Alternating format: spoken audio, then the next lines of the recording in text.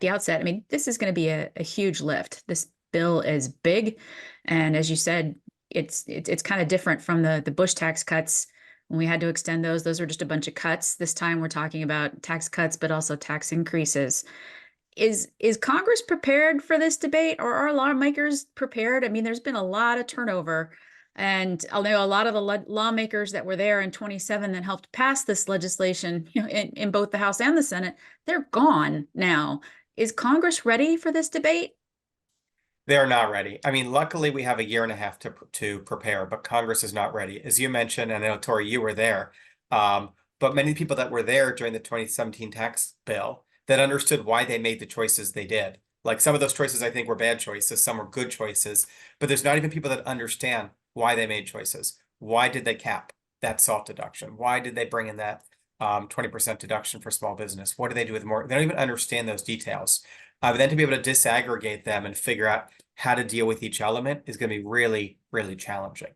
Now, what they ought to do, what a smart set of policymakers would do, understanding that our debt is headed to record levels, right, that our deficits are massive, is they would look through the Tax Cuts and Jobs Act almost provision by provision.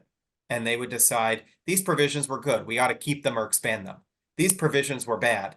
Let's let them expire. These provisions were okay, but we could make them better. And what they ought to do is go provision by provision to decide, what to keep, what to ditch, what to expand, what to reform, and then bring in new elements to make sure that the whole thing is fully paid for and is at least deficit neutral, honestly, preferably deficit reducing.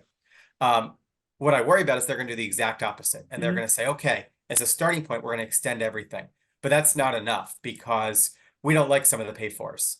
And we want to expand some of the tax cuts. And they're going to turn a $3.5 trillion bill into a $7 trillion bill. Mm-hmm. So that raises a question then. I'm wondering, is it possible that Republican dogma on tax policy might be changing a little bit, and that, in the olden days, it used to be that tax policy that was expiring didn't have to be offset. That was their mantra. It's like, it's current policy, we're not going to offset current policy. And then, of course, you've got the American for Tax Reforms pledge, which says no new net tax increases. On the other hand, we saw a tax bill, granted, it was a small one, but it got out of the House of Representatives a few months ago, a bipartisan tax bill that actually, it was a bunch of tax cuts, but it was also offset. That was interesting. It was extending some tax policy. It was offset, but it was also offset with a revenue raiser, which you could frame as a tax increase. Do you think that is a signal of something to come as far as this debate in 2025, or do you think that was just sort of electioneer politicking? Well, you know what? I do think there's a bit of a seed change. First of all, the no new tax pledge, that American for Tax Reform one, which is it's really a pretty dumb pledge, but it actually doesn't apply to sort of a current policy baseline. It applies to a current law baseline. So, like, to the extent that somebody signed that pledge and thinks they're bound to those rules, I think they're bound to their obligation, to the Constitution. But to the extent they think they're bound to that pledge, that does not prohibit them from paying for extensions. But I do think there's a sea change in the discussion here.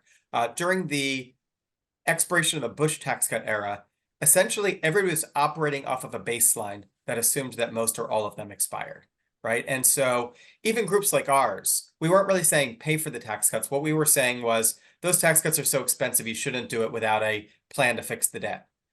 Now everybody's operating off of this current law baseline. Whether you look at the president's budget or whether you look at Republicans, they're operating from current law, which means they're charging themselves the cost of any extension. And as you mentioned, not only in that recent child tax credit and business extensions bill did they have a full pay for, but in some of the other tax cut bills that made it through Ways and Means, they had pay fors, at least efforts at pay fors. And so I think that is good news that folks want to pay for it, probably driven in part by what we're seeing with inflation and interest rates. The bad news is this hasn't been tested with like a $3.5 trillion package, right? It's one thing to pay for $80 billion and pay for it by raising a tax that's essentially cutting fraud. That's basically what they're doing. It's a whole other thing to come up with $3.5 trillion of new offsets.